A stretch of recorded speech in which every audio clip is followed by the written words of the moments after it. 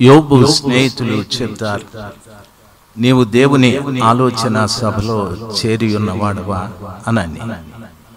రాత్రి స్థలంలో కూర్చున్న ప్రతి బిడ్డ ఈ కూడికలకు ఏవో పేర్లు పెట్టచ్చు, దాన్ని కాదనడం లేదు. కానీ అయితే ఈ స్థలంలో దేవుడు ఉన్నాడు.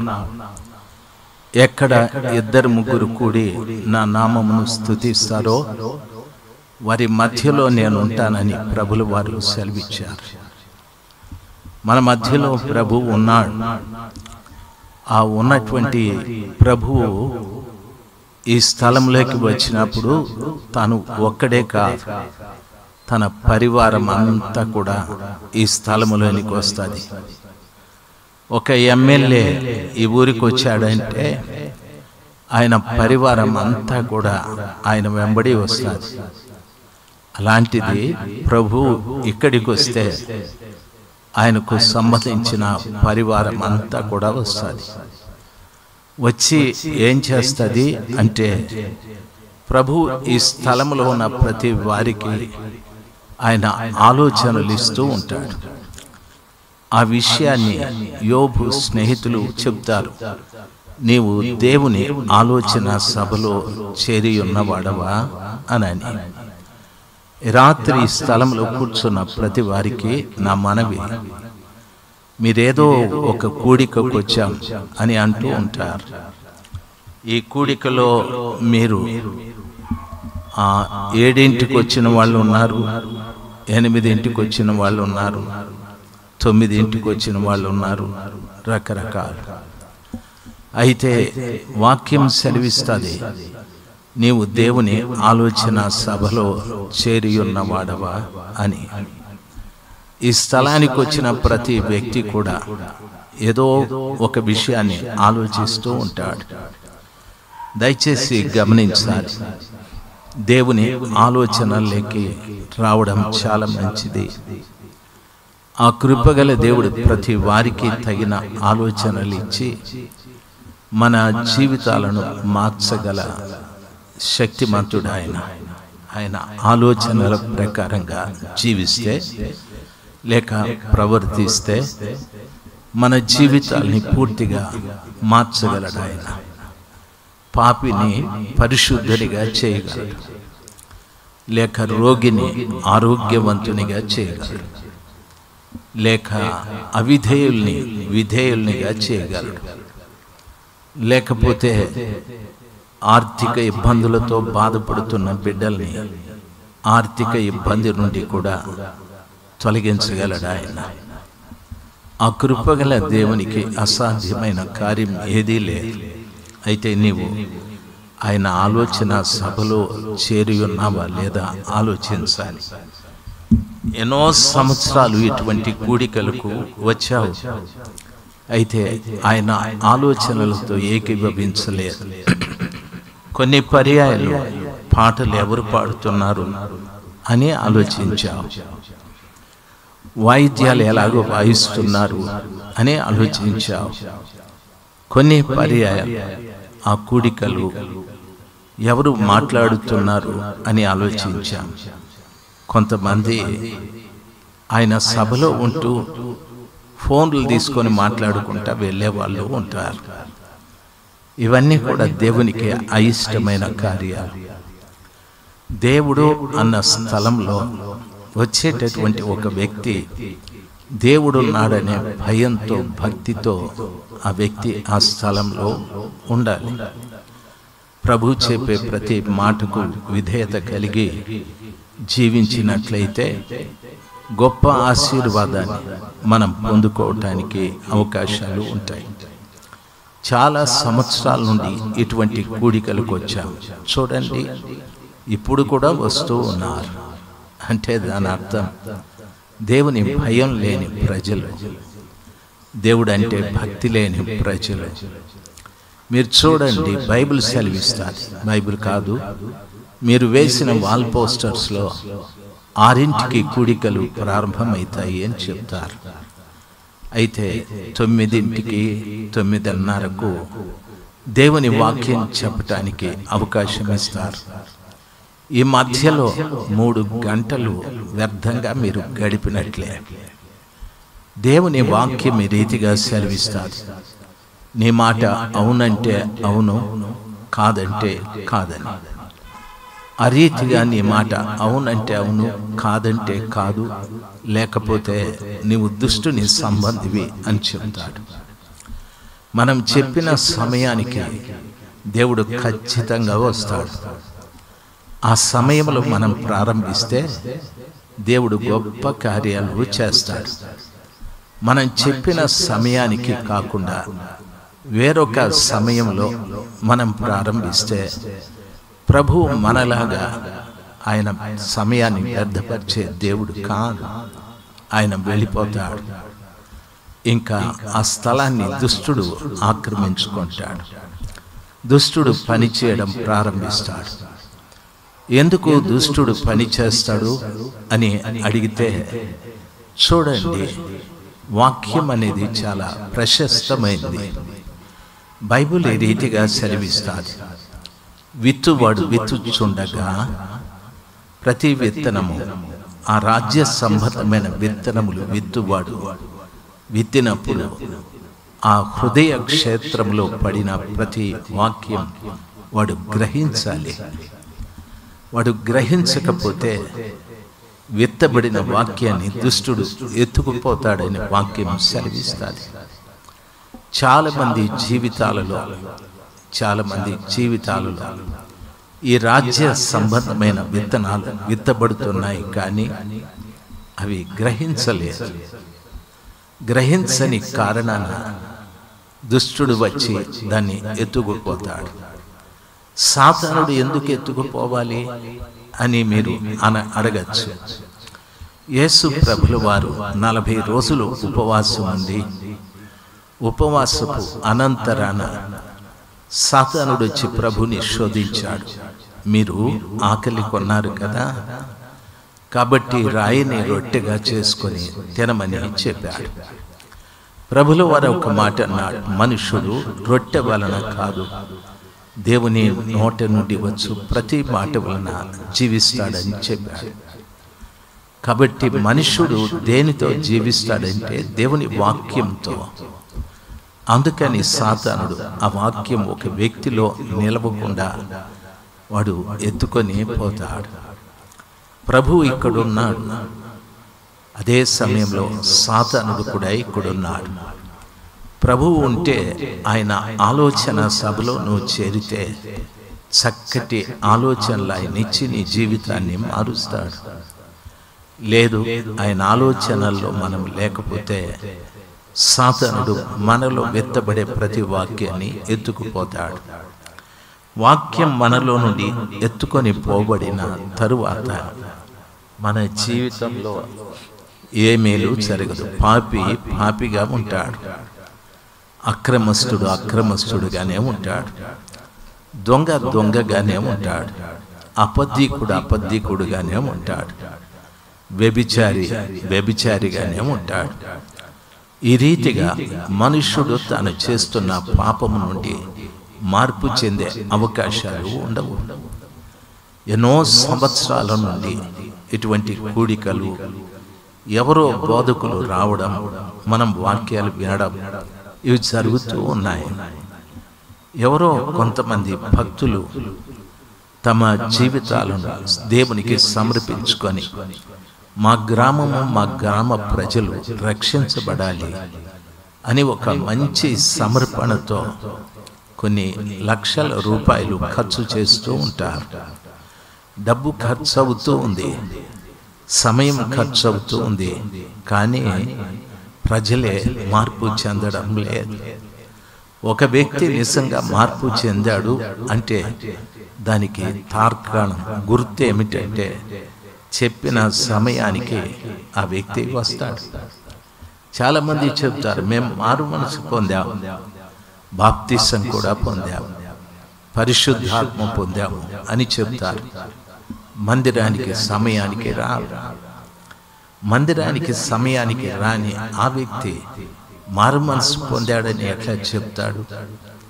కాబట్టి ఒక వ్యక్తి నిజంగా మార్పు చెందితే సమయానికి ఖచ్చితంగా దేవుని సన్నిధానంలోకి వస్తాడు. మారకపోతే ఆ వ్యక్తి ఎంతమంది చెప్పినా ఆ వ్యక్తిలో మార్పు రాదు. దయచేసి గమనించాలి. బైబిల్ ఏ రీతిగా సెలవిస్తాడు. బైబిల్ ఉన్నవారు ఈ వాక్యాన్ని చదువుకుందాం. ఇర్మియా గ్రంథం 31వ అధ్యాయం 27వ వచనం. బైబిల్లో ఉన్న బిడ్డలు తీసి ఆ వాక్యాన్ని చదువుదాము. ఇర్మియా, మీరు మైక్ తీసుకోండి ఆయన. యెహోవా వాక్కు ఇదే, ఇశ్రాయేలు క్షేత్రములోను యూదా క్షేత్రములలోను నరబీజమును మృగబీజమును నేను చల్లు దినములు వచ్చుచున్నవి. యెహోవా వాక్కు ఇర్మియా ప్రవక్తకు ప్రత్యక్షమై చెప్తుంది. ఇర్మియా, నేను యూదా క్షేత్రములో యెరూషలేము క్షేత్రములో నరబీజాన్ని మృగబీజాన్ని చల్లేటటువంటి వచ్చేసాయి, వెళ్ళి వారికి చెప్పమని చెప్పాడు. యెరూషలేము క్షేత్రము యూదా క్షేత్రమని చెప్పాడు. యూదా అను మాటకు స్తుతి అని అర్థం. యెరూషలేము అనే మాటకు విశ్రాంతి అని అర్థం. క్షేత్రము అంటే సత్రము అని, క్షేత్రము అంటే భార్య అని, క్షేత్రము అంటే పొలము అని అర్థం. ఇక్కడ ప్రభులు వారు చెప్పిన మాట యూదా క్షేత్రం అంటే స్తుతించేటటువంటి వారి పొలాలలో, యెరూషలేము యొక్క క్షేత్రం అంటే విశ్రాంతి. అనగా ప్రభుల వారు ప్రజలతో మాట్లాడేటప్పుడు, ప్రయాసపడి భారము మోసుకుంటున్న సమస్తమైన ప్రజలారా నా దగ్గరికి రండి, నేను మీకు విశ్రాంతిని కలుగజేస్తానని చెప్పాడు. విశ్రాంతి అనగా ఏ బిడ్డ నేను పాపం విడిచిపెట్టాను అని చెప్తున్నాడు, వారి క్షేత్రంలో కూడా నేను నరబీజమును మృగబీజాన్ని చల్లుతానని ప్రభులు వారు సెలవిచ్చారు. యూదా క్షేత్రములోను యెరూషలేము క్షేత్రములోను నేను నరబీజమును మృగబీజమును చల్లే దినాలు దగ్గర పడ్డాయని ప్రభులు వారు సెలవిచ్చారు. ఈ రాత్రి ఈ స్థలములో యెరూషలేముకు సంబంధించిన వారు ఉన్నారు. యెరూషలేం అంటే విశ్రాంతి అని అర్థం. అనగా చాలా మంది నేను యేసు ప్రభులు వారిని సొంత రక్షకుడుగా అంగీకరించాను, ఆయన కల్వరిలో కార్చిన ప్రశస్తమైన రక్తంతో నా ప్రతి పాపము కడగబడ్డది, నా పాపాలు క్షమించబడ్డాయి అని చెప్పేవాళ్ళు చాలా మంది ఉన్నారు. చాలా మంది దేవుని స్తుతించేవారు ఉన్నారు. నేను ఇక్కడికి వచ్చినప్పుడు 3 బిడ్డలు చక్కగా పాడుతూ ఉన్నారు. మీరందరూ దేవుని స్తుతిస్తూ ఉన్నారు. స్తుతించే ప్రతి వ్యక్తి ఒక క్షేత్రం. నేను పాపం విడిచిపెట్టాను అని చెప్పే ప్రతి ఒక్క వ్యక్తి ఒక క్షేత్రం, ఒక పొలం లాంటి వారు. మీలో నరబీజము చల్లాను అని అంటాడు. దాని అర్థం ఏమిటి? నరబీజము అంటే దాని అర్థం ఏమిటి? ఆదికాండము 6వ అధ్యాయం 1వ వచనం 2వ వచనం. నరబీజం నీలో ఉంటే జరిగే కార్యం ఏమిటంటే, బైబిల్ ఈ రీతిగా సెలవిస్తాడు. నరులు భూమి మీద విస్తరింపనారంభించిన తరువాత కుమార్తెలు వారికి పుట్టినప్పుడు దేవుని కుమారులు నరుల కుమార్తెలు చక్కని వారిని చూచి వారందరిలో తమకు మనస్సుకు వచ్చిన స్త్రీలను వివాహము చేసుకొనిరి అని వాక్యము సెలవిస్తుంది. ఇక్కడ నరుల కుమార్తెలు ఉన్నారు, దేవుని కుమారులు కూడా ఉన్నారు. దేవుని కుమారులు తమకు మనస్సు వచ్చినటువంటి వారిని చాలా చక్కని వారు నరుల కుమార్తెలు మనసుకు వచ్చిన వారిని పెళ్లి చేసుకున్నారని వాక్యం సెలవిస్తాది. దాని అర్థం నరబీజం నీలో ఉంటే నీ మనసుకు వచ్చిన పని నువ్వు చేసుకుంటూ ఉంటావు. ఈ రోజున ఈ అవనిగడ్డలో ఎన్ని సంఘాలు ఉన్నాయి అని అడిగితే దరిదాపు ఒక 20-30 సంఘాలు ఉండొచ్చు. అయితే ఒక్కొక్క సంఘంలో కూడా ఒక విధమైన బోధ, ఒక విధమైన ఆచార, ఒక విధమైన సాంప్రదాయ, ఆ సంఘానికి ఈ సంఘానికి పొత్తు లేదు. ఈ సంఘం వాళ్ళు అంటారు ఆ సంఘం అంత ఆత్మీయత కలిగింది కాదు, మా సంఘం చాలా ఆత్మీయత కలిగింది, మా సంఘంలో ఉంటే మీరు దేవుని రాజ్యంలో ఉంటారు, మా సంఘంలో ఉంటే మీ పేరు జీవ గ్రంథంలో రాయబడతాయి, ఆ సంఘంలోకి వెళితే నరకానికి వెళతారని ఇలాగ చాలా మంది చెబుతూ ఉంటారు. యేసు ప్రభుల వారిని నమ్ముకునేటంత వరకు ఒక వ్యక్తి చాలా ఇష్టపడతాడు. యేసు నాకు చాలా ఇష్టమని ప్రభుని నమ్ముకున్న తర్వాత క్రైస్తవుల మధ్యనున్న వివాదాలు చూసి ఏది సత్యం, ఏది అసత్యం, ఏది నమ్మాలి, ఏది నమ్మకూడదు, ఎవరు నిజమైన సేవకుడు, ఎవరు నిజం కాని సేవకుడని సందిగ్ధంలో పడిపోతారు. ప్రస్తుతం ఈ పట్టణంలో ఇన్ని సంఘాలు ఉండటానికి గల కారణం ఎవరి మనసుకొచ్చింది వాళ్ళు బోధించడం, ఎవరి మనసుకొచ్చింది వాళ్ళు చేయడం. దయచేసి గమనించాలి. ఒక ఆయన అంటాడు నీళ్లలో మునిగి బాప్తిస్మం తీసుకోవాలి, యేసు నామంలోనే ఇవ్వాలి అని. ఇంకొక ఆయన అంటాడు నీళ్లలో దిగి బాప్తిస్మం ఇవ్వాలి, కానీ తండ్రి కుమార పరిశుద్ధాత్మ నామంలో బాప్తిస్మం ఇవ్వాలి అని చెప్పాడు. దేవుని వాక్యం సెలవిస్తాది. ఇంకొక ఆయన అంటాడు నీళ్లలో మునగక్కర్లేదు, చిలకరిస్తే సరిపోతుంది అని అంటాడు.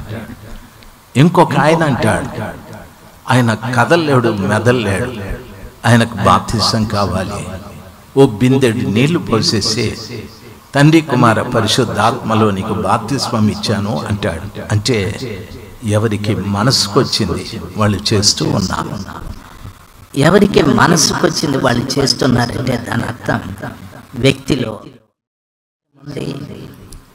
దేవుని బీజం లేదు, నరబీజం ఉంది. ఒక వ్యక్తి అంటాడు పరిశుద్ధాత్మ పొందాలి అని, ఇంకొక వ్యక్తి అంటాడు మేము బాప్తిస్మం పొందినప్పుడే ఆత్మ మా లోపలికి వచ్చేసింది అంటాడు. ఇంకొక ఆయన అంటాడు అసలు ఆత్మ లేదు, ఎప్పుడో అపోస్తలుల కాలంలో ఉంది, ఇప్పుడు లేదు అంటారు. ఎవరి మనసుకు వచ్చింది వాళ్ళు బోధిస్తూ ఉన్నారు. దయచేసి గమనించాల్సింది, ఎవరి మనసుకు వచ్చింది వాళ్ళు చేసుకుంటూ ఉన్నారు. దయచేసి బాగా గమనించాలి. ఎవరి మనస్సుకు వచ్చింది వాళ్ళు చెప్తూ ఉన్నారు. ఒక ఆయన అంటాడు ఆత్మ పొందాం కాబట్టి భాషలు మాట్లాడాలి అని. ఇంకొక ఆయన అంటాడు భాషలు మాట్లాడేది దయ్యం, ఎవరికి అర్థం కాని భాష మాట్లాడుతూ ఉన్నారు, వాళ్ళంతా దయ్యపు భాష అని అంటారు. అయ్యలారా, ఇవన్నీ ఎక్కడున్నాయంటే మన మధ్యలోనే ఉన్నాయి. ఎందుకు అంటే ఎవరికి మనస్సు వచ్చింది వాళ్ళు చేస్తూ ఉన్నారు. ఎవరికి మనస్సు వచ్చింది వాళ్ళు చేస్తున్నారంటే దాని అర్థం దేవుని వాక్యం సెలవిస్తారు నరుల కుమారులు దేవుని కుమారులు, నరుల కుమార్తెలు చక్కని వారని ఎరిగి వారికి మనస్సుకొచ్చిన అమ్మాయిని పెళ్లి చేసుకున్నారని. నీలో నరబీజం ఉందంటే నీ మనసుకొచ్చిందే చేస్తావు. దేవుని యొక్క ఇష్టాన్ని దేవుని మనస్సుకొచ్చింది నువ్వు చేయవు. నీకు మనస్సుకొచ్చిందే నువ్వు చేస్తావు. నువ్వు చేయడం మంచిదే, అయితే నీ ద్వారా ఎంతమంది పాడైపోతారో ఆలోచించాలి. పరిశుద్ధ గ్రంథమైన బైబిల్ చాలా చక్కటి పుస్తకం. ఒక వ్యక్తి ఆత్మీయంగా ఎదగటానికి ఎన్నో ఆత్మీయమైన సత్యాలు బోధిస్తూ ఉంది, కానీ మనము దాన్ని పట్టించుకో.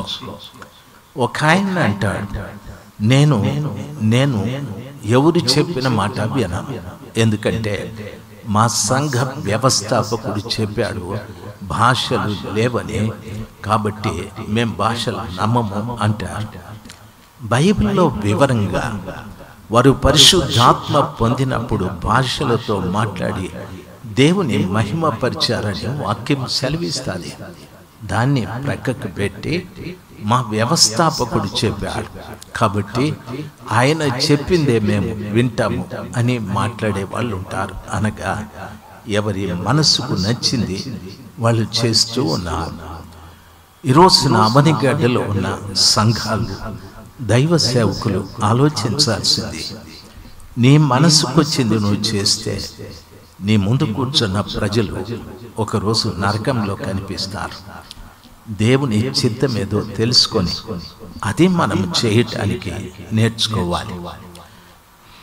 బైబిల్ ఈ రీతిగా సెలవిస్తారు. దేవుని వాక్యంలో చెప్పబడిన మాట చూడండి, 6వ అధ్యాయం 3వ వచనం. అప్పుడు యెహోవా ఆత్మ నరులతో ఎల్లప్పుడూ వాదించదు, వారు తమ అక్రమ విషయములో నరమాత్రులై ఉన్నారు అని చెప్పాడు. నరులతో దేవుని ఆత్మ వాదించదని చెప్పాడు. అంటే దాని అర్థం దేవుడు ఎప్పుడు కూడా మనుష్యులు చేసే తప్పుడు కార్యాలను బట్టి వారితో వాదించదు. ఇంట్లో ఒక తండ్రి ఉన్నాడు, తల్లి ఉంది, పిల్లలున్నారు. ఏదైనా తప్పిదం చేస్తే తండ్రి వాళ్ళతో వాదిస్తాడు. ఈ తప్పు చేయకూడదు, నువ్వు బాగా చదువుకోవాలి, నువ్వు ఈ రీతిగా ఉండాలి, ఆ రీతిగా ఉండాలని తండ్రి వారిని వాదిస్తూ గద్దిస్తూ ఉంటాడు. తల్లి కూడా అదే చేస్తారు. అయితే దేవుడు మాత్రం నరులు చేసే తప్పిద అక్రమమైన కార్యాలను బట్టి ఆయన వాదించే దేవుడు కాదని వాక్యము సెలవిస్తారు. వారు అక్రమ విషయములో నరమాత్రులైరి అని బైబిల్ సెలవిస్తారు. అనగా మనుష్యులు ఎటువంటి వారంటే అక్రమమైన వారు, అనగా క్రమం లేనటువంటి వారు. మనము యేసు ప్రభుల వారిని సొంత రక్షకుడుగా అంగీకరించింది వాస్తవమే. మీ పాస్టర్ గారు మీకు బాప్తిస్మం ఇచ్చింది కూడా వాస్తవమే. అయితే అక్రమమైన వారు అంటే క్రమం లేనటువంటి వారు. క్రమం లేని వారు అంటే మీ ఆరాధన ప్రతి ఆదివారం మీ సంఘంలో ఆరాధనకు ఒక సమయం ఉంటుంది.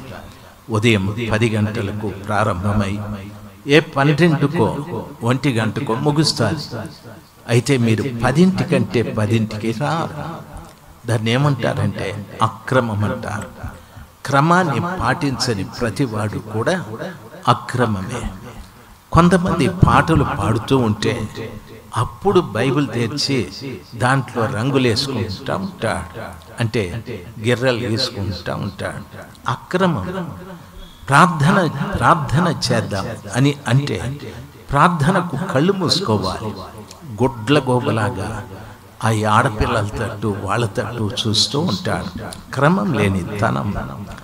బైబిల్ సెలవిస్తా, నువ్వు వెళ్ళే సంఘంలో దేవుని వాక్యాన్ని వింటున్నావు కాబట్టి నువ్వు 10వ భాగం ఇవ్వాలి అని ఇవ్వవు. 10వ భాగం ఇవ్వవు, ఇచ్చేవాడిని కూడా ఇవ్వనివ్వవు. దయచేసి గమనించాలి. కృతజ్ఞత అర్పణలు చెల్లించాలి.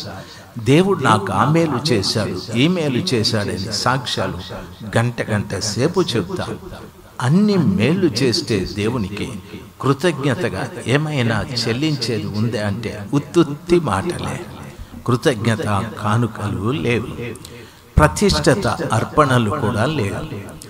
దేవునికి మనం ప్రతిష్ఠించుకున్నాం, దానికి అర్పణ చెల్లించాలి అనేది కూడా లేదు. అంత అక్రమమే. ఈ రోజున సంఘంలో వాక్యాన్ని వింటూ ఇక్కడ దైవ సేవకుని వదిలిపెట్టి యూట్యూబ్లో ఎవరో నాలాంటి వాడు కనిపిస్తాడు, వాడు మీకు ఇంద్రుడు, చంద్రుడు, దేవేంద్రుడు అనిపిస్తాడు. మీ పాస్టర్ గారు అంత మంచిగా అనిపించాడు, వాడు చెప్పే మాయ మాటలు విని ఫోన్పేలో నీ మొగుడికి తెలియకుండా కూడా పంపించేస్తారు. ఎంతోమంది ఆ విధంగా దీన్నంతా అక్రమం అంటారు. భర్తకు తెలియకుండా ఏ పని చేసినా, భార్యకు తెలియకుండా భర్త ఏ పని చేసినా అక్రమమే అది. దయచేసి వినాలి. ఈరోజు ఉపవాస కూడిక రాడు మనవాడు, ఈరోజు ఆన్లైన్ ప్రేయర్ రాడు మనవాడు, ఈరోజు వాగ్దాన కూడిక రాడు మనవాడు, ఈరోజు ప్రేమ బిందు కుక్క పిల్లతో సహా తీసుకొచ్చుకుంటాడు. పెండ్లాము, బిడ్డలు, గొడ్డు, పిల్లి, నక్క ఏమేమి ఉన్నాయో అన్నిటినీ పట్టుకొచ్చుకుంటాడు. పాస్టర్ గారు అడగాల, వీడెవుడు వాడేవుడు అని. వీడు నా బామర్ది అంటాడు. అదే ఊరు అంటే అది నా చెల్లి అంటాడు. ఇదే ఊరంటే నా బల్లి అంటాడు. ఇది ఊరంటే నా తల్లి అంటాడు. ఎప్పుడు రాలేదే వీళ్ళు ప్రార్థన కంటే, ఈరోజు ప్రేమ బిందుగా దయ్య గారు అందుకు పట్టుకొచ్చినానంటాడు. పని సిలువేసి సంపాలి. దయచేసి గమనించాలి, ఇటువంటి అక్రమస్తులు బోలెడంత మంది ఉన్నారు. ఎందుకో తెలుసా? వాళ్ళలో దేవుని బీజం లేదు, నర బీజం ఉంది. ప్రేమ ఎందుకు వచ్చినట్లుగా ఉపవాస కూడికకు రారే, ప్రేమ ఎందుకు వచ్చినట్లుగా రాత్రి ప్రార్థనకు రారే. దయచేసి గమనించాలి, వీళ్ళందరూ అక్రమస్తులని బైబిలు సెలవిస్తాది. క్రమం లేని ప్రతి ఒక్కటి కూడా అక్రమమే అనని. చూడండి, ఆదికాండం 4వ అధ్యాయం 19వ వచనంలో ఈ రీతిగా రాయబడి ఉంది. 4వ అధ్యాయం 19వ వచనంలో, లెమెకు 2 స్త్రీలను పెళ్లి చేసుకొనెను. వారిలో ఒక దాని పేరు ఆదా, రెండవ దాని పేరు సిల్లా. లెమెకు 2 స్త్రీలను పెళ్లి చేసుకున్నాడని. నరబీజం ఉన్నటువంటి వాడు క్రమం తప్పి ప్రవర్తిస్తూ ఉన్నాడు.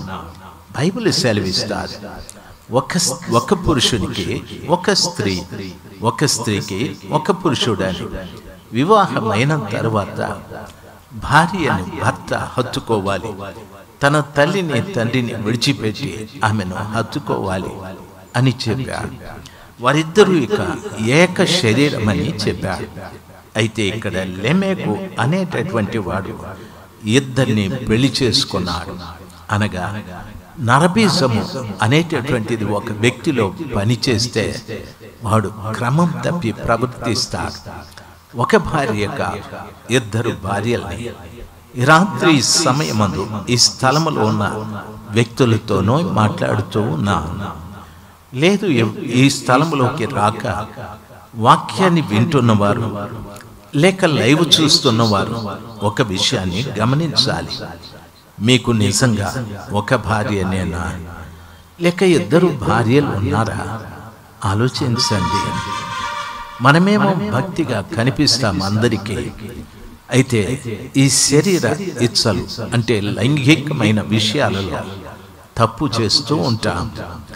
అలాగా ఎందుకు చేస్తున్నాము అంటే, మీలో దేవుని బీజం లేక నరబీజం ఉండడం వలన 2 స్త్రీలతో సంబంధాలు, 2 పురుషులతో సంబంధాలు. ఒకసారి దేశాన్ని చూడండి, దేశం ఎంత అతలాకుతలంగా ఉందో. ఎక్కడ చూసినా ఈ లైంగికమైన చింతనలతో అమ్మాయిలను పాడు చేసి ఆఖరికి అమ్మాయిని చంపేస్తూ ఉన్నారు. చాలా మంది స్త్రీలు ఒక వ్యక్తితో అక్రమమైన సంబంధాన్ని పెట్టుకొని స్వపురుషుడైన భర్తని కూడా చంపేస్తూ ఉన్నారు. చాలా మంది తమ సొంత పిల్లల్ని కూడా చంపేస్తూ ఉన్నారు. ఈ లైంగికమైన చింతనలు కలిగి దేవుని బిడ్డలు గమనించాలి. ఎందుకు ఈ పాపపు కోరికలు మనుషుల్లో ఎంత విపరీతంగా పెరిగిపోయాయి అంటే, వారిలో నరబీజం ఉంది కనుక. ప్రభులు వారు సెలవిస్తూ ఉన్నారు, యూదా క్షేత్రమా, యెరూషలేము క్షేత్రమా, దేవుని స్తుతిస్తున్నాను అని చెప్తున్న వారలారా, పాపం విడిచిపెట్టాను అని చెప్తున్న వారలారా, మీ హృదయ క్షేత్రములో నరబీజము చల్లబడ్డది. అందుకే మీరు క్రమం తప్పి ప్రవర్తిస్తున్నారు అని చెప్పారు. బైబిల్లో చదువుకుంటే 23వ వచనం 4వ అధ్యాయం 23వ వచనంలో ఈ రీతిగా రాయబడి ఉంది. లేమెకు తన భార్యలతో, ఓ ఆదా, ఓ సిల్లా, నా పలుకు వినుడి. లేమెకు భార్యలారా, నా మాట ఆలకించుడి. నన్ను గాయపరిచినందుకై ఒక మనుషుని చంపితిని, నన్ను దెబ్బ కొట్టినందుకై ఒక పడుచువాన్ని చంపితిని అని చెప్తూ ఉన్నాడు. లేమెకు తన భార్యలతో చెప్తున్నాడు, నన్నొకడు గాయపరిచాడు, నన్నొకడు బాధపరిచాడు, అందుకని వాణ్ణి నేను చంపేశానని తన భార్యలతో చెప్తూ ఉన్నాడు. ఈ రోజున చూడండి, మనిషిని మనిషిగా చూడటం లేదు, మనిషిని జంతువుగా చూస్తూ ఉన్నారు. మనుషుల్ని నిర్దాక్షిణ్యంగా చంపేస్తూ ఉన్నారు.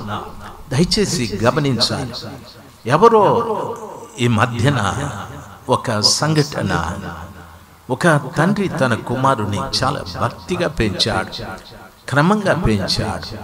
అయితే అబ్బాయి స్కూల్ ఫైనల్ అయిపోయింది, కాలేజీలో చేరాడు. ఫస్ట్ ఇయర్ బాగా జరిగింది. సెకండ్ ఇయర్లో అబ్బాయి పరిస్థితి అంత బాగోలేదు. తల్లిదండ్రులకు అది తెలియదు. ఆ తల్లిదండ్రులు ఎక్కడో ఉన్నారు. అబ్బాయిని ఏదో ఒక పట్టణంలో చేర్పించారు. అయితే ఒక రోజున మధ్యరాత్రి ఆ తల్లి తండ్రి ఉన్న ఇంటి దగ్గరికి వచ్చి ఎవరో తలుపు తట్టారు. ఆ తండ్రి తలుపు తీస్తే పోలీసులు నిలబడ్డారు.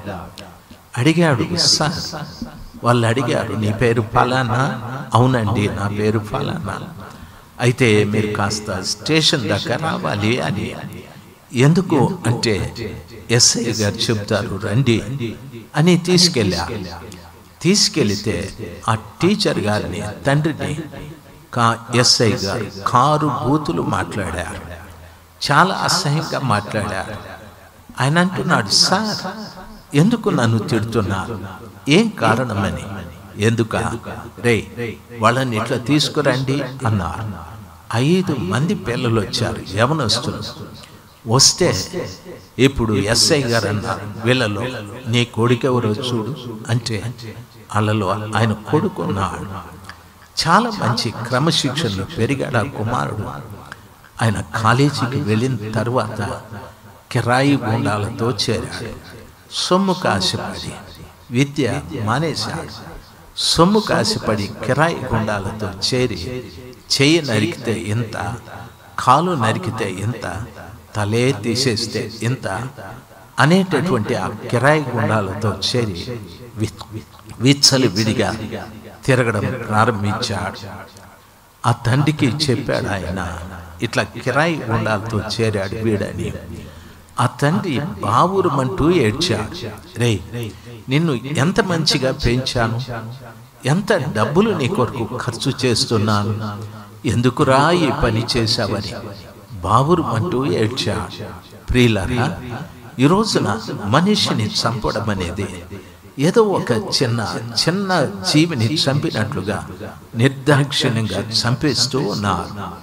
దయచేసి వాడికి వీడికి సంబంధమే లే, సొమ్ము తీసుకొని ఒకని ప్రాణాన్ని నిర్దాక్షిణ్యంగా తీసేస్తూ ఉన్నారు. ఇతడు అంటున్నాడు, లెమెకు, ఆదా, సిల్లా, ఒకడు నన్ను బాధ పెట్టాడు, ఒకడు నన్ను గాయపరిచాడు, అందుకు వానిని నేను చంపితిని అని అన్నాడు. దాని అర్థం, లెమెకులో నరబీజం ఉంది, దేవుని బీజము లేదు. ఈ రోజున మనం అంటాం, నేనెవరిని చంపలేదే అని మనం అంటాం. మనము కూడా చాలా మందిని చంపుతూ ఉన్నాం. దయచేసి గమనించాలి. మొదటి యోహాను పత్రిక 3వ అధ్యాయంలో చెప్పారు, మీరు ఒకడు తన సహోదరుని ద్వేషించిన ఎడల వాడు నరహంతకుడు, వానిలో నిత్య జీవం ఉండదు అని చెప్పారు.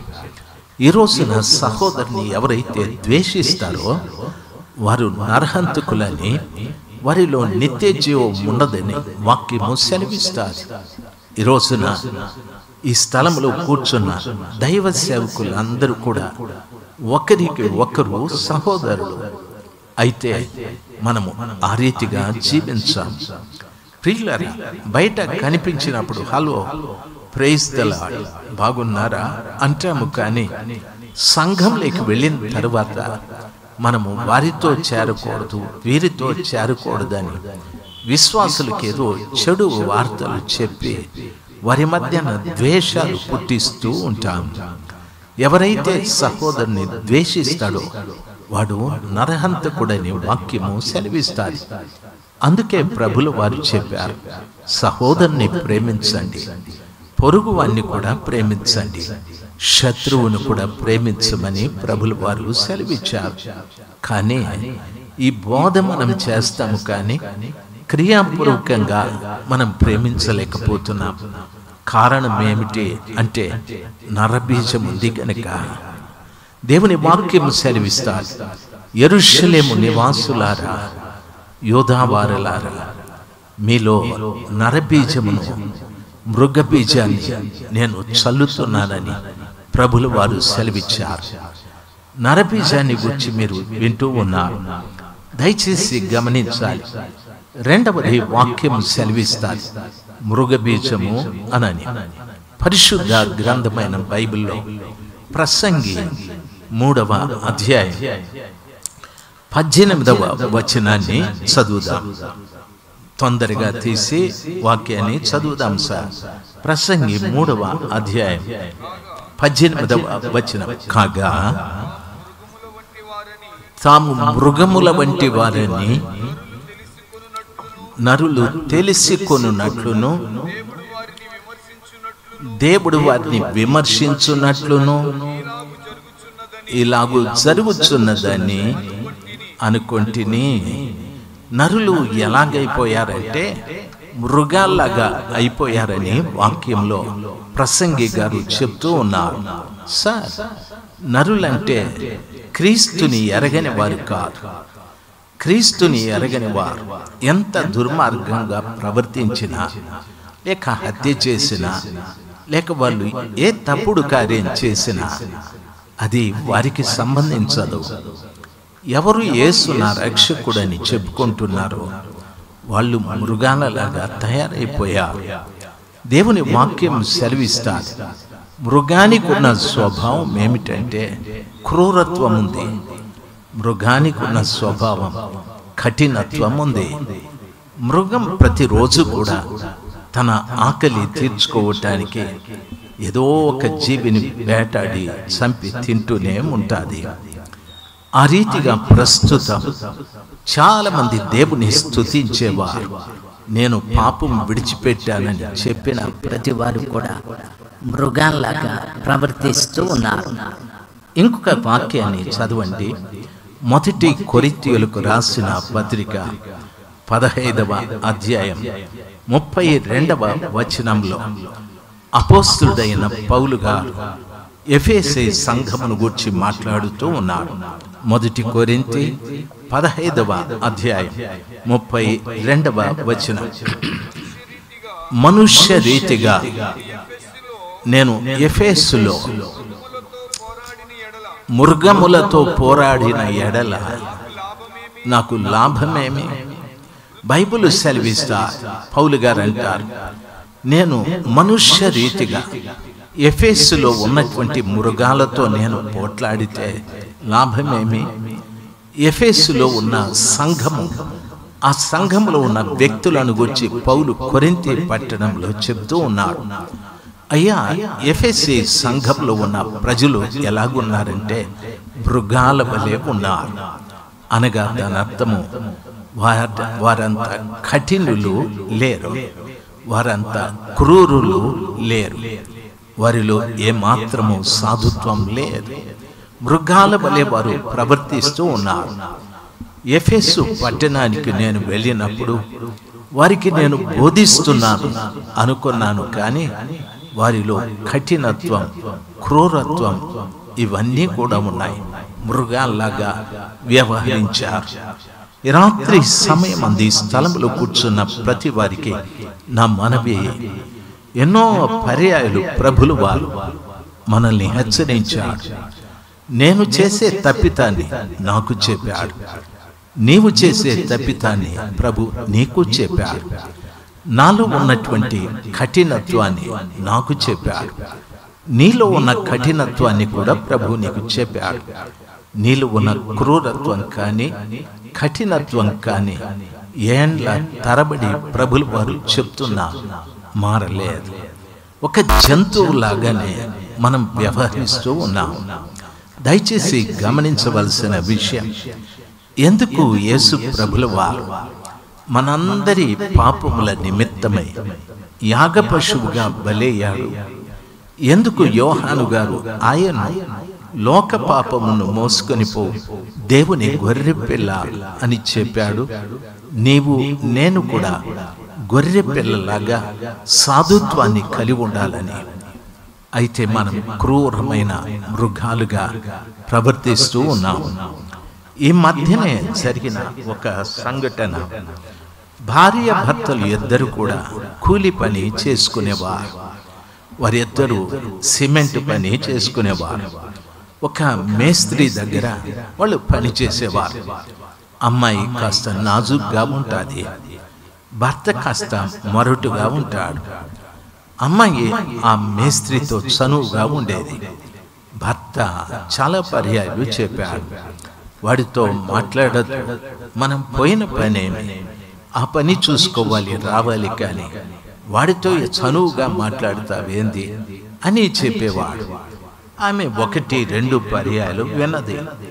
ఇలాగే రోజు చెప్తుంటే ఆమె ఒక రోజున అంది, నా ఇష్టం, నేను మాట్లాడతాను, నీకు ఇష్టం ఉంటే చూడు, లేకపోతే వానితోనే వెళ్ళిపోతాను.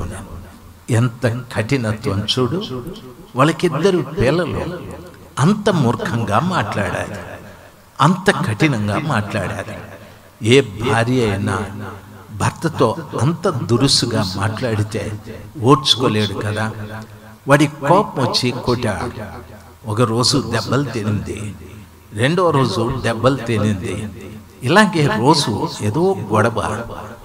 ఒక్కరోజు ఉదయాన్నే లేచి ఉప్మా చేసుకొని కడుపు నిండుకు తిని, ఆమె ఆడింకా నిద్రపోతూనే ఉన్నాడు. కడుపు నిండుకు తిని వాళ్ళ ఇంట్లో గొడ్డలు ఉంటే గొడ్డలతో తల మీద కొట్టి కొట్టి చంపేశాది. 2 పిల్లలు వారికి. దయచేసి గమనించాలి, కొట్టి చంపేశాది. క్రూరత్వం, మూర్ఖత్వం, కఠినత్వం ఈ రోజున ప్రపంచం అంతా కూడా ఈ రీతిగానే ఉంది. చాలా మంది భర్తలకు భార్యలు లోబడ్డం లేదు. చాలా మంది భార్యలు భర్తలకు విధేయులుగా లేరు. భర్తలారా, మీ భార్యల్ని ప్రేమించమని ప్రభులు వారు సెలవిచ్చారు. భార్యలారా, మీ స్వపురుషులకు లోబడి ఉండుడి అని చెప్పారు. మనం ప్రభు పిల్లలమే. మన ఇంట్లో పరిశుద్ధ గ్రంథమైన బైబిల్ ఉంది. మనకు ఒక మందిరం ఉంది. మనకు బోధకుడు ఉన్నాడు. ప్రతి వారము చక్కటి హితవులు మనం వింటూ ఉన్నాం. కానీ క్రూరత్వం పోలేదే, కఠినత్వం పోలేదే, లోబడేతనం రాలేదే. అంటే దానర్థం నీ లోపట మృగబీజం ఉంది అని దానర్థం. నరబీజం యొక్క స్వభావాలు చెప్పాను.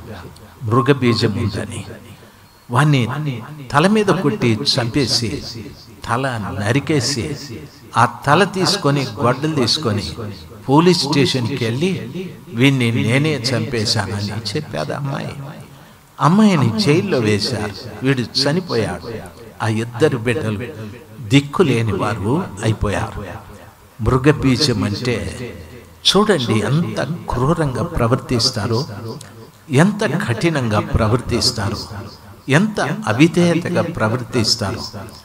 ఒకవేళ ఈ రాత్రి మీలో ఎవరిలోనైనా ఈ క్రూరత్వం, ఈ కఠినత్వం, ఈ తిరుగుబాటు స్వభావాలు ఉంటే మీలో మృగబీజము ఉన్నట్టే.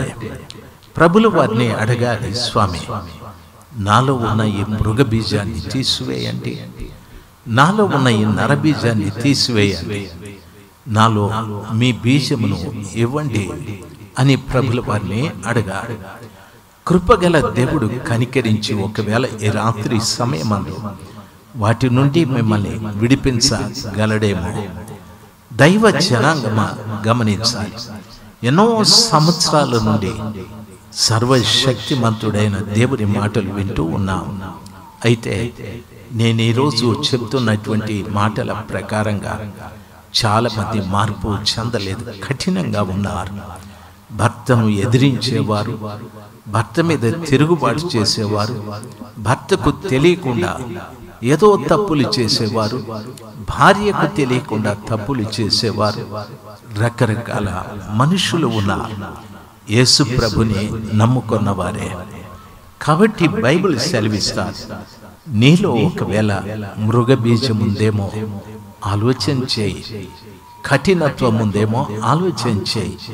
బైబిల్ ఈ రీతిగా సెలవిస్తారు, రాతి గుండె మీలో నుండి తీసివేసి మాంసపు గుండెను ఇస్తాను. నా యందు మీ ఆత్మను ఉంచి నా ఆజ్ఞల్ని కట్టడల్ని రాసికొందును అని ప్రభుల వారు సెలవిచ్చారు. ఈ రాత్రి ప్రభు ఎదుట నిజంగా నువ్వు పశ్చాత్తాపడితే ఆ రాతి గుండెని ఆ క్రూరత్వాన్ని, కఠినత్వాన్ని ప్రభుల వారు తీసివేసి మాంసపు గుండెను ఇస్తాడు.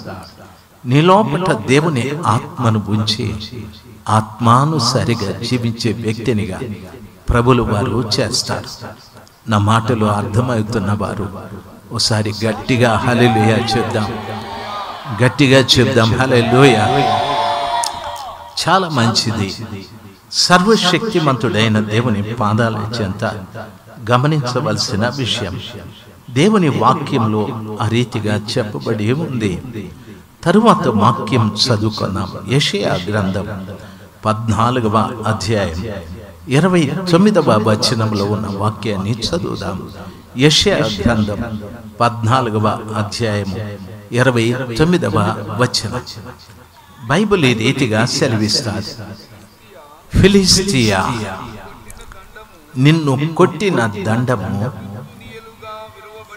తుత్తినీయులుగా విరవబడునని అంతగా సంతోషించకు. సర్ప బీజము నుండి మిడినాగు పుట్టును, దాని ఫలము ఎగురు సర్పము అని చెప్పాడు. సర్ప బీజము నుండి మిడినాగు పుడతాది, దాని ఫలితం ఏమిటంటే సర్పము అని చెప్పాడు. ఈ రోజున ఒకటి నరబీజం మనుషుల్లో పనిచేస్తూ ఉంది, 2 మృగబీజం మనుషుల్లో పనిచేస్తూ ఉంది, 3వది సర్ప బీజం కూడా మనుషుల్లో పనిచేస్తూ ఉంది. సర్ప బీజం ఒక మనుషుల్లో ఉంటే ఏం జరుగుతుందో తెలుసా? బైబిల్ సెలవిస్తాది. ఆదికాండం 3వ అధ్యాయం 1వ వచనములో చదువుకుంటే బైబిల్లో చెప్పబడిన మాట ఈ రీతిగా రాయబడి ఉంది, దేవుడైన యెహోవా చేసిన సమస్త భూజంతువులలో సర్పము యుక్తి గలదై ఉండెను. నీలో సర్ప బీజం ఉంటే నీలో యుక్తి ఉంటుంది, భక్తి ఉండదు, యుక్తి ఉంటుంది. చాలా మంది చాలా యుక్తిగా ప్రవర్తిస్తారు. పాస్టర్ గారిని చూస్తానే 2 చేతులు కట్టుకొని అయ్యగారు ప్రైజ్ అలాడ్ అయ్యగారు అంటారు. పాస్టర్ గారు ప్రక్కకు పోతానే పక్కోడు ఎవరైనా అంటే అని అంటారు. యుక్తి చాలా మందికి యుక్తి, స్త్రీలో యుక్తి, పురుషుల్లో యుక్తి, భక్తి ఉండవలసిన వ్యక్తుల్లో యుక్తి ఎక్కువగా పనిచేస్తూ ఉంది. ఎవరిలో సర్ప బీజం ఉంటుందో వారిలో యుక్తి ఉంటుందని బైబిల్ సెలవిస్తారు. ఒకవేళ ఈ రోజున ప్రభు వాక్యాన్ని వింటున్నటువంటి బిడ్డలైన మీలో ఆ యుక్తి ఉంటే దయచేసి మానుకోనండి. యుక్తి కలిగిన ఆ సర్పం దేవుని వాక్యాన్ని మార్చి వారికి చెప్పారు, ఈ పండు తింటే మీరు దేవుళ్ళు అవుతారు, మీ కళ్ళు తెరవబడతాయి, ఆయనలాగా మీరు కూడా రోజు ఆ పరలోకానికి వెళ్ళొచ్చు రావచ్చు అనే తప్పుడు బోధలు చేయడం ప్రారంభించారు. ఈ రోజున వాక్యం ఉన్నది ఉన్నట్టు కాకుండా తప్పుడు బోధలు చేసే బోధకులు లెక్కలేనంత మంది అయిపోయారు.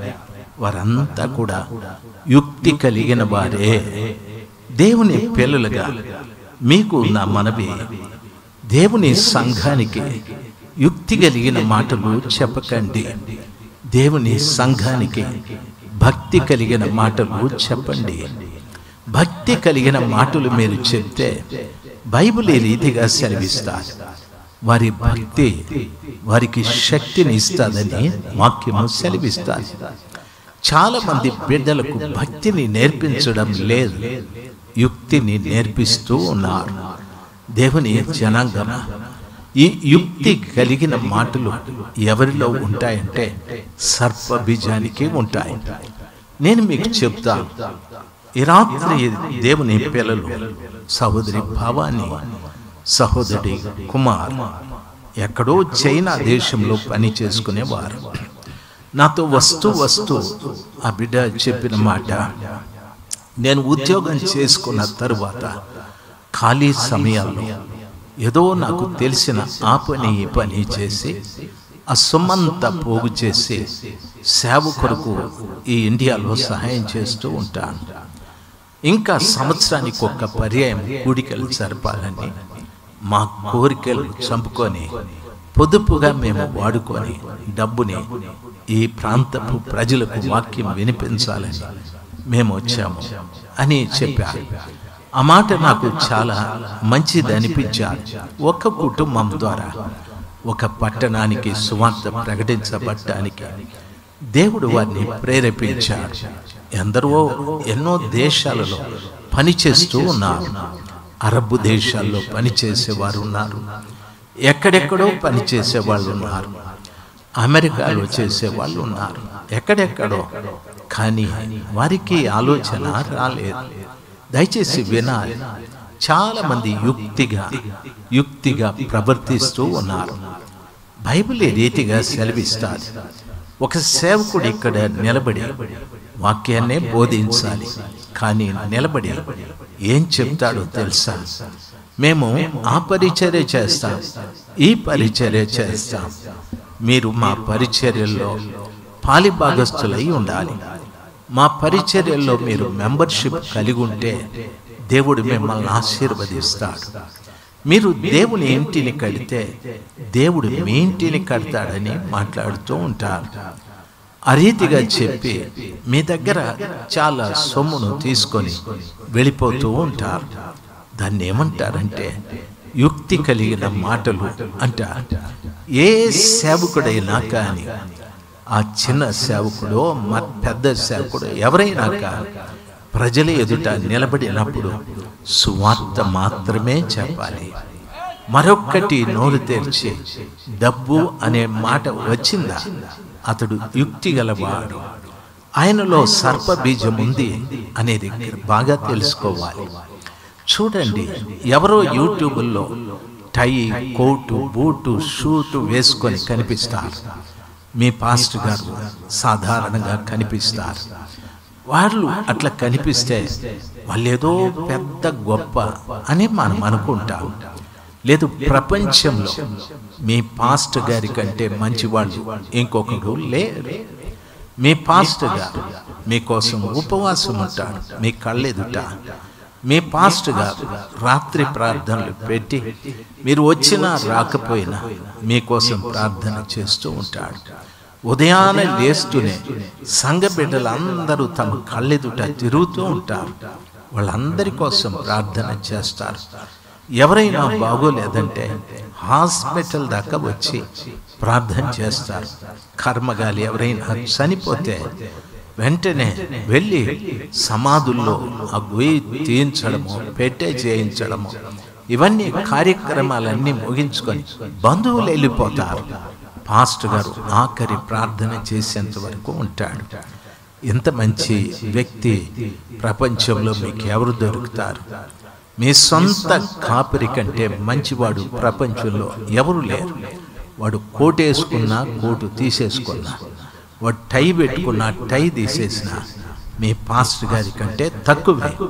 దయచేసి గమనించాల్సిన, యుక్తి కలిగిన మాటలు మాట్లాడే ప్రతి వానిలో సర్పబీజం ఉంది అని దాని అర్థం. మీ సంఘంలో మీరు మీ కానుకలు ఇస్తే మీ పాస్టర్ గారు దేనికి ఉపయోగిస్తాడో మీకు బాగా తెలుసు. మీ డబ్బులు నాకు ఇస్తే నేను దేనికి ఉపయోగిస్తానో మీకు తెలియదు. నేను తింటానా, తాగుతానా, లేక కొంటానా, భూములు కొంటానా, కార్లు కొంటానా, ఏం కొంటాను, దేనికి ఖర్చు పెడతానో తెలియదు. దయచేసి గమనించాలి. యుక్తి కలిగిన ప్రతి వాణిలో సర్పబీజం ఉంది అని దాని అర్థం. రాత్రి నా మాటలు మీకు అర్థమవుతుంటే ఒకసారి గట్టిగా చప్పట్లు కొడదాం. హల్లెలూయా, హల్లెలూయా. బైబిల్ సెలవిస్తారు. ప్రియులారా గమనించాలి. నరబీజాన్ని గురించి చెప్పాం, మృగబీజమును గురించి చెప్పాం, సర్పబీజమును గురించి కూడా చెప్పాం. బైబిల్ సెలవిస్తారు. బైబిల్లో ఆ వాక్యాన్ని తిరిగి ఒకసారి చదువుదాము. యెషయా గ్రంథము 14వ అధ్యాయం 29వ వచనం. ఫిలిష్తియా, నిన్ను కొట్టిన దండము తుత్తినీలుగా విరవబడునని అంతగా సంతోషించకు. సర్ప బీజము నుండి మిడి నాగు పుట్టును, దాని ఫలము ఎగురు సర్పమే. సర్ప బీజము నుండి మిడు నాగు పుడుతుంది, దాని ఫలము సర్పమే అని చెప్పాడు. దేవుని పిల్లలు గమనించాల్సింది, ఒకవేళ నీలో సర్ప బీజం ఉంది అంటే ఆలోచించాలి. వాక్యంలో సెలవిచ్చిన రీతిగా సర్పం అనేటటువంటిది చాలా భయంకరమైనటువంటిది. అది యుక్తి కలిగింది. రెండవది, దాని గురించి యోహాను గారు చెప్తారు. యోర్దానులో తన దగ్గరికి అనేక మంది వచ్చి బోధ విని బాప్తిస్మం తీసుకుంటూ ఉంటే బాప్తిస్మం ఇచ్చే యోహాను గారు చెప్పారు, సర్ప సంతానమా, రాబోయే ఉగ్రతను గురించి మీకు బుద్ధి చెప్పిన వాడు ఎవరు అని చెప్పారు. సర్ప సంతానమా, తన దగ్గరికి వచ్చే ప్రజలను చూసి సర్ప సంతానమా అని అన్నాడు. అంటే పాముకు పుట్టిన పిల్లలారా అని. దాని అర్థం ఏమిటో తెలుసా? నన్ను గమనించాలి.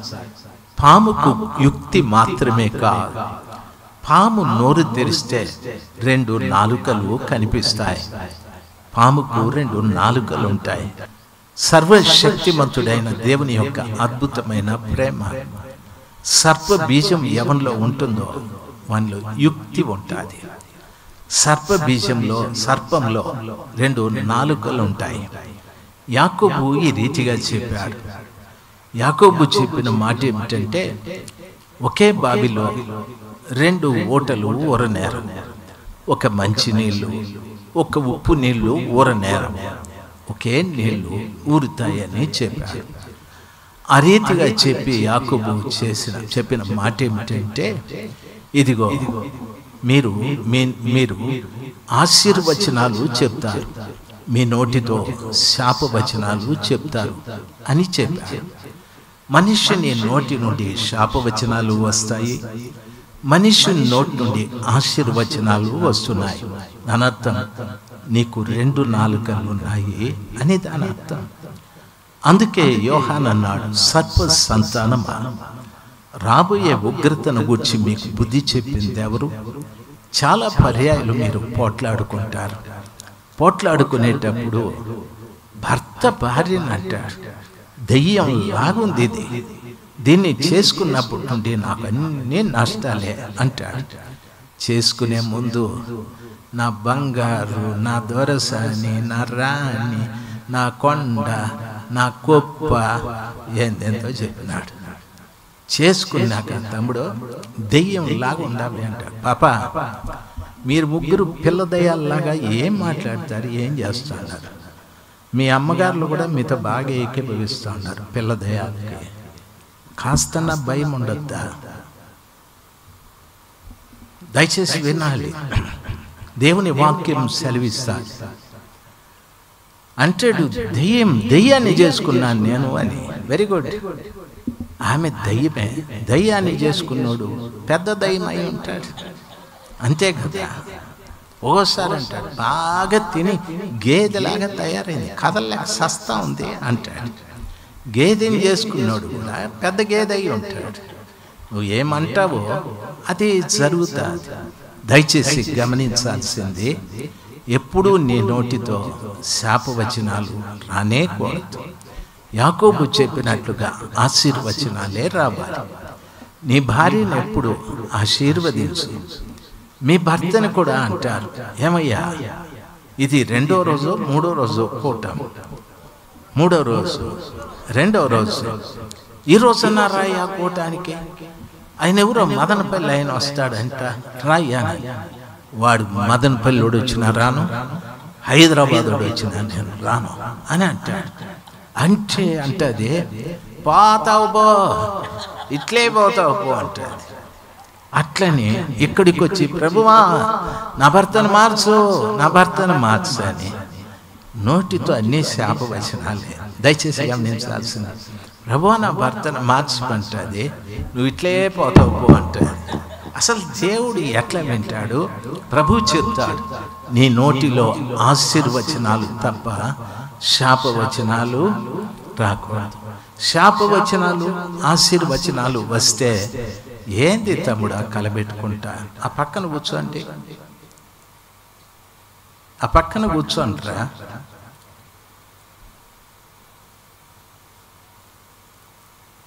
ఈ దయ్యాల్లాగా నా ముందు ఏందిరా మీరు, పక్కన కూర్చోండిరా. ఏయ్ ఏయ్ పో.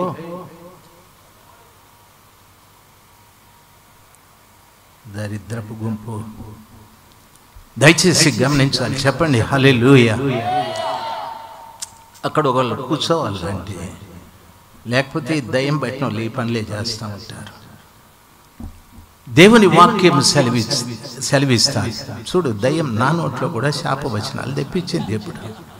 అవునంటారా కాదంటారా? అట్లా తెప్పిస్తా. నీ నోట్లో ఆశీర్వచనాలే కానీ శాపవచనాలు రాకూడదు అన్నాడు. పోనీ ఈ రోజు నుండి నైనా మీరు మీ కుటుంబంలో భర్తని దూషించేది మానుకోవాలి, భార్యను దూషించేది మానుకోవాలి. అమ్మ నాయన అంటారు ఒక్కొక్కసారి, తండ్రి అంటాడు వీడు నాకు పుట్టనే లేదంటాడు, వాడు చెడ్డ పనులు చేస్తే. దయచేసి వినాలి, ఎవరి పుట్టాడు? ఎంత దరిద్రమైన మాట అది. దయచేసి దేవుని పిల్లలుగా మీకు నా మనవి, ఎప్పుడు అటువంటి భాష మీ నోట రాకూడదు. అమ్మ అంటది, నా కడుపున పుట్టకుండా నువ్వు చచ్చిపోయింటే బాగుండరా అనే అంటది. దయచేసి నీ నోట శాపవచనాలు రాకూడదు. మీ నోట ఆశీర్వచనాలు తప్ప శాపవచనాలు రాకూడదని బైబిల్ సెలవిస్తుంది. అందుకు యోహాను అన్నాడు, సర్ప సంతానమా, రాబోయే ఉగ్రతను గూర్చి మీకు బుద్ధి చెప్పిన వాడెవడు అని అన్నాడు. అంటే వారు పాముకు పుట్టిన పిల్లలని కాదు, వారు 2 నాలుకలు కలిగిన వారు. వారి నోట ఆశీర్వచనాలు ఉన్నాయి, వారి నోట శాపవచనాలు ఉన్నాయి. దయచేసి గమనించాల్సింది, ప్రభువు పిల్లలుగా మీకు నా మనవి, సర్పబీజం మత్తయి సువార్త 3వ అధ్యాయం 7వ వచనంలో చదువుకుంటే ప్రభుల వారు ఈ రీతిగా చెప్పాడు. మత్తయి సువార్త 3వ అధ్యాయము 7వ వచనంలో చూడండి. యోహాను అతడు పరిసయ్యులలోను సద్దూకయ్యులలోను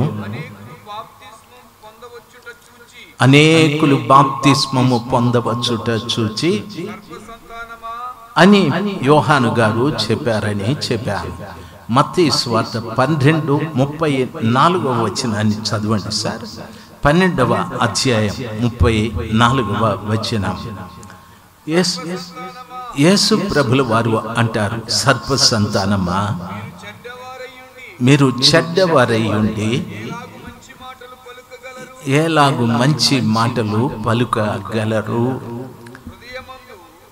చాలే నాయన. సర్ప సంతానమా, మీరు చెడ్డవారై ఉండి ఎలాగు మంచి మాటలు పలుకగలరు. ఒక వ్యక్తిలో మంచి మాటలు రాలేదంటే వారు చెడ్డవారని దాని అర్థం. వారిని మొదట సంబోధిస్తాడు ప్రభుల వారు, సర్ప సంతానమా అనని. సర్పం ఎంత చెడ్డదో వారు కూడా అంత చెడ్డవారై ఉంటారు.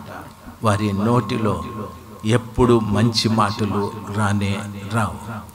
దేవుని పిల్లలుగా మీకు నా మనవి, మీలో నరబీజముందా, లేక మృగబీజముందా, లేక సర్పబీజముందా? ఆలోచన చేయండి. ఈ రాత్రి సమయమందు యూదా క్షేత్రమా, యెరూషలేము క్షేత్రమా, మీలో నరబీజమును మృగబీజాన్ని చల్లుతూ ఉన్నానని ప్రభుల వారు సెలవిచ్చారు.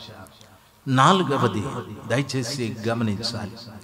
వాక్యం ఈ రీతిగా సెలవిస్తాది. మొదటి పేతురు పత్రిక 1వ అధ్యాయం 21వ వచనం. బైబిల్ ఉన్న బిడ్డలు తెరిచి చూడండి. ఆయన జగత్తు పునాది వేయబడక మునిపే నియమింపబడెను గాని తనను మృతులలో నుండి లేపి తనకు మహిమనిచ్చిన సార్ 1వ అధ్యాయము 1 పేతురు పత్రిక 1వ అధ్యాయము 21వ వచనం చదవండి సార్.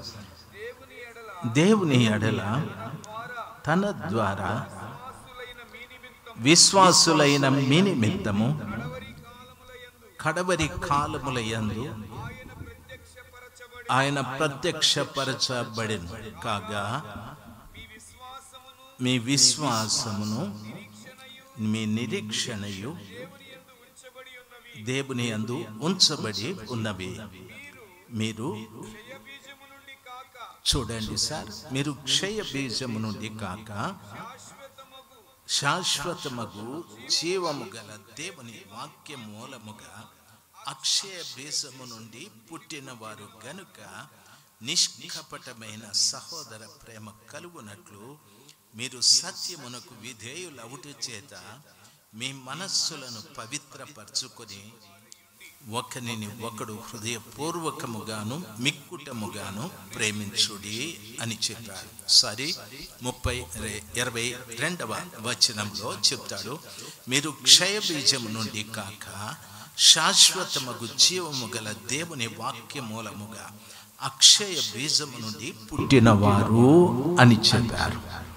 క్రైస్తవుడు ఎవరు అంటే నాశనమైపోయే విత్తనం ద్వారా కాదు, నాశనము కాని దేవుని వాక్యం అనే విత్తనము ద్వారా పుట్టినవారు అని వాక్యం సెలవిస్తారు. నా మాటలు మీకు అర్థమవుతుంటే ఒకసారి గట్టిగా హల్లెలూయా చెప్పండి. నా మాటలు మీకు బాధగా అనిపిస్తే ఒకసారి గట్టిగా హల్లెలూయా చెప్పండి. పర్వాలే, వింటానే ఉన్నారు, పర్వాలే. దయచేసి గమనించాలి, అక్షయ బీజము ద్వారా మనం పుట్టిన వారమని వాక్యము సెలవిస్తారు. క్షయ బీజము అంటే నాశనమైపోయే విత్తనం, అక్షయ బీజం అంటే దేవుని వాక్యము అని చెప్తాడు. అక్షయ బీజమైనటువంటి దేవుని వాక్యం మూలముగా మీరు పుట్టారు కాబట్టి వాక్యము ద్వారా మీరు పుట్టి ఉంటే నిష్కపటమైన సహోదర ప్రేమ కలుగునట్లు మీరు సత్యమునకు విధేయులవుట చేత మీ మనస్సులను పవిత్రపరచుకునే వారై అంటాడు. నిష్కపటమైన సహోదర ప్రేమ అంటాడు. సార్, వాక్యము ద్వారా మనము పుట్టుంటే మనలో నిష్కపటమైన సహోదర ప్రేమ ఉంటుంది.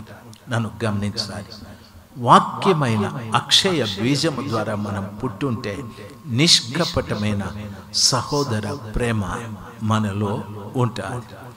వాక్యము ద్వారా మనము పుట్టకుండా పోతే ఏ క్షయ బీజమో, దయచేసి క్షయ బీజమో, మృగ బీజమో, నర బీజమో, లేకపోతే సర్ప బీజమో, వీటి ద్వారా మనము పుట్టామని దాని అర్థం.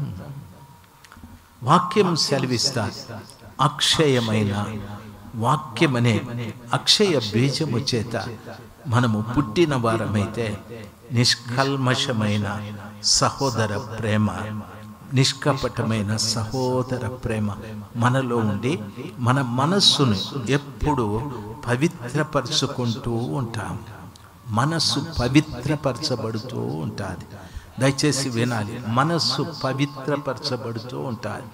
వాక్యము అనే బీజము చేత కనబడిన బిడ్డ తనలో నిష్కపటమైన సహోదర ప్రేమ కలిగి తన మనస్సుని ఎప్పుడు శుభ్రం చేసుకుంటూ ఉంటాడు. హల్లెలూయా. మనస్సుని ఎందుకు శుభ్రం చేసుకోవాలి అంటే బైబిల్ ఈ రీతిగా సెలవిస్తారు. చూడండి, దేవుని వాక్యంలో అపోస్తుల కార్యాలు మొదటి అధ్యాయంలో ఈ రీతిగా రాయబడి ఉంది.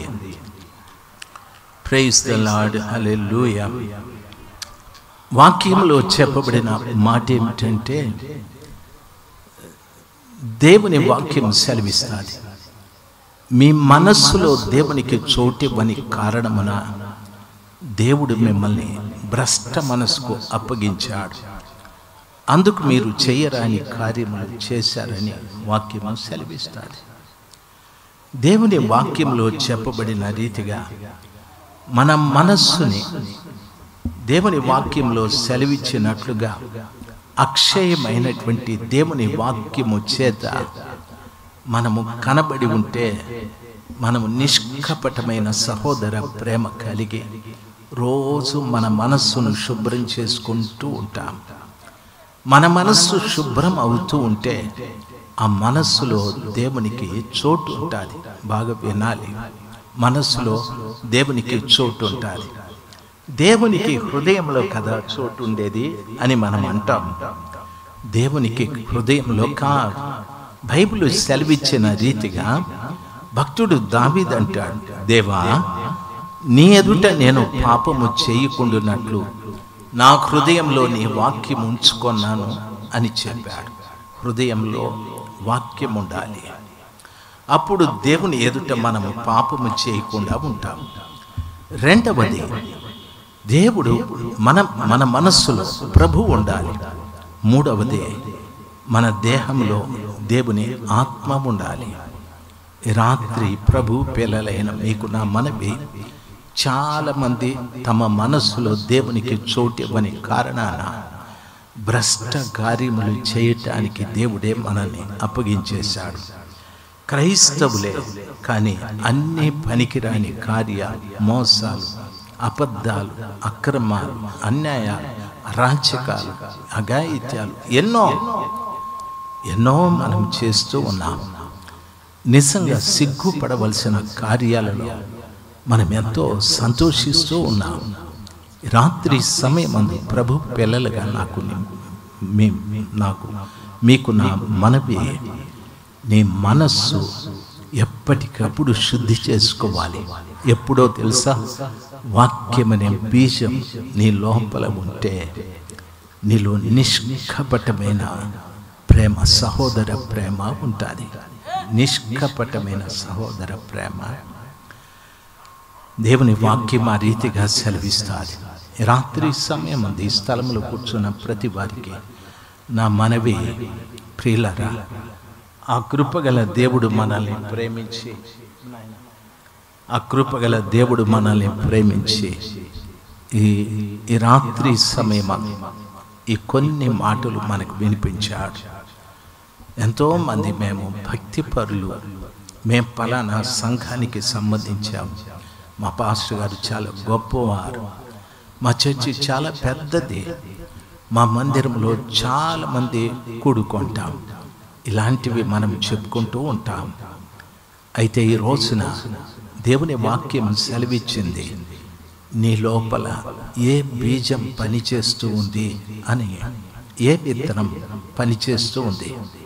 నరబీజమా, మృగబీజమా, సర్పబీజమా, అక్షయ బీజమైన దేవుని వాక్యమా?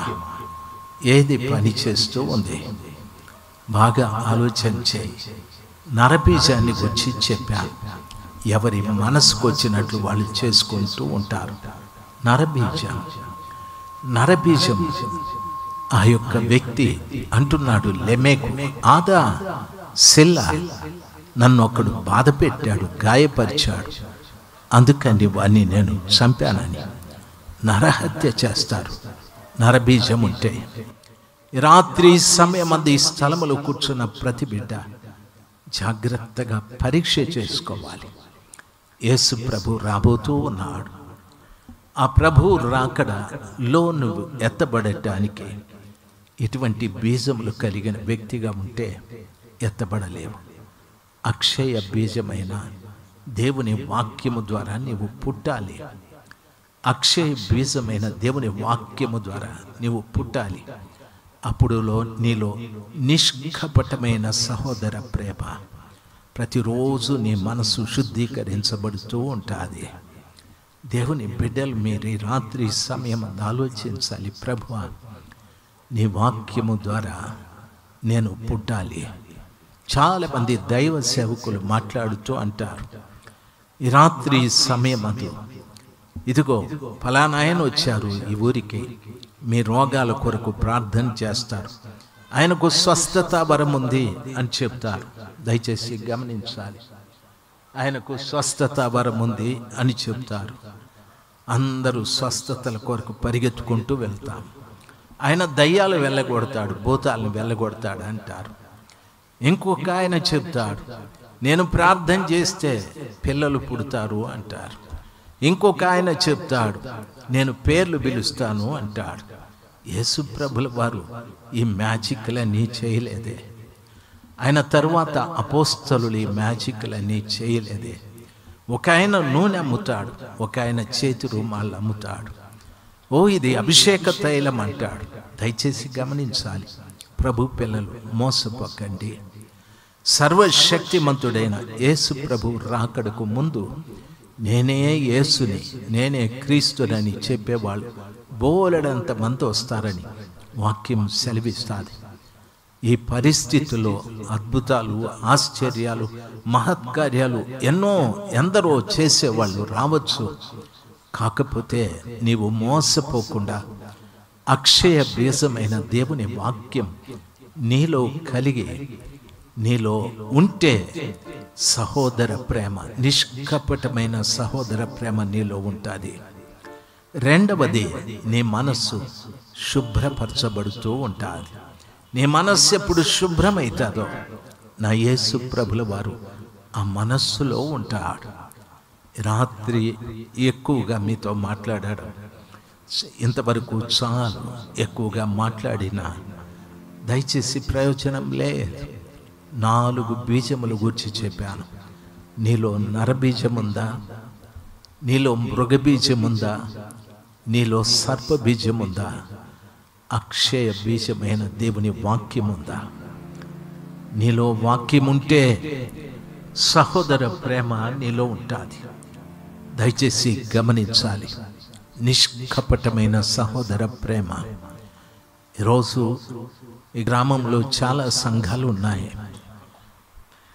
బిడ్డలు ఎక్కడి నుండేనో వచ్చి కూడికలు ఏర్పాటు చేశారు. కొంతమంది అవి మనకు సంబంధించినవి కాదని, ఈ సంఘాలు మనవి కాదు, మనకు సంబంధించిన కూటాలు కాదని చాలామంది ఆగిపోయారు. దానర్థం నిష్కపటమైన ప్రేమ లేక, దానర్థం అక్షయ బీజమైన దేవుని వాక్యం ద్వారా వారు పుట్టలేదు. కాబట్టి అక్షయ బీజమైన దేవుని వాక్యం ద్వారా వారు పుట్టలేదు. కాబట్టి ఈరోజే కొంతమంది ప్రత్యేకమైన కూటాలు కూడా పెట్టుకుంటారు, ఏదో ప్రత్యేకమైన ప్రార్థనలని. దయచేసి ఆ నిష్కపటమైన ప్రేమ లేని ప్రతి ఒక్క వ్యక్తి, తన మనస్సు శుభ్రం లేని ప్రతి ఒక్క వ్యక్తిలో నరబీజమో, మృగబీజమో, సర్పబీజమో ఉంటుంది. దాని ద్వారా మనం పాడైపోవడమే, దాని ద్వారా మనం నశించిపోవడమే. రాత్రి సమయమందు సర్వశక్తిమంతుడైన దేవుడు ప్రత్యేకంగా మనతో మాట్లాడుతూ ఉన్నారు. ఎంతమంది బిడ్డలు ఈ రాత్రి సమయమందు వీటితో పాడైపోతున్నారో ఆలోచించాలి. ప్రభువుని అడగండి, నా మనసుకు వచ్చినట్లుగానే నేను జీవిస్తున్నా, భక్తి కూడా నా మనసుకు వచ్చినట్లుగానే పాటిస్తూ ఉన్నా, నా మనసుకు వచ్చినట్లుగానే ప్రవర్తిస్తున్నా. కారణం నరబీజం నాలో ఉంది, సర్పబీజం కూడా ఉంది. కుయుక్తి యుక్తి కలిగిన జంతువు అది. దయచేసి ప్రభువుని అడుగుదాం.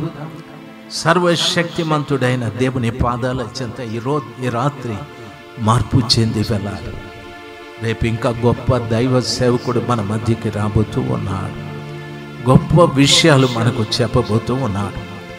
ఈ రాత్రి ఈ పట్టణానికి దేవుడు చెప్పమన్న సమాచారాలు చెప్పాను.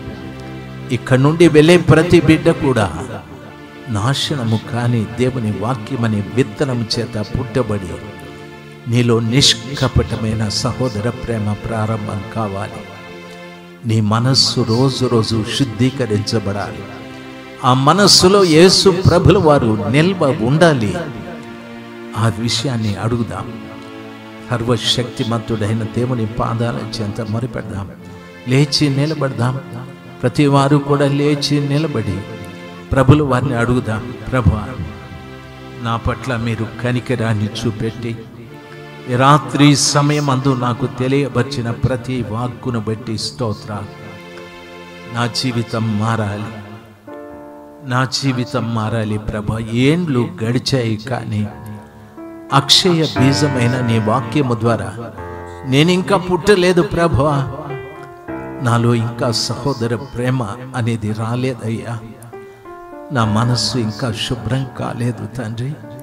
నన్ను కనికరించయ్యా, నన్ను కనికరించమని కృపగల దేవుని వేడుకుందాం. Hallelujah, glory, praise the Lord, hallelujah, praise the Lord. Thank you Jesus.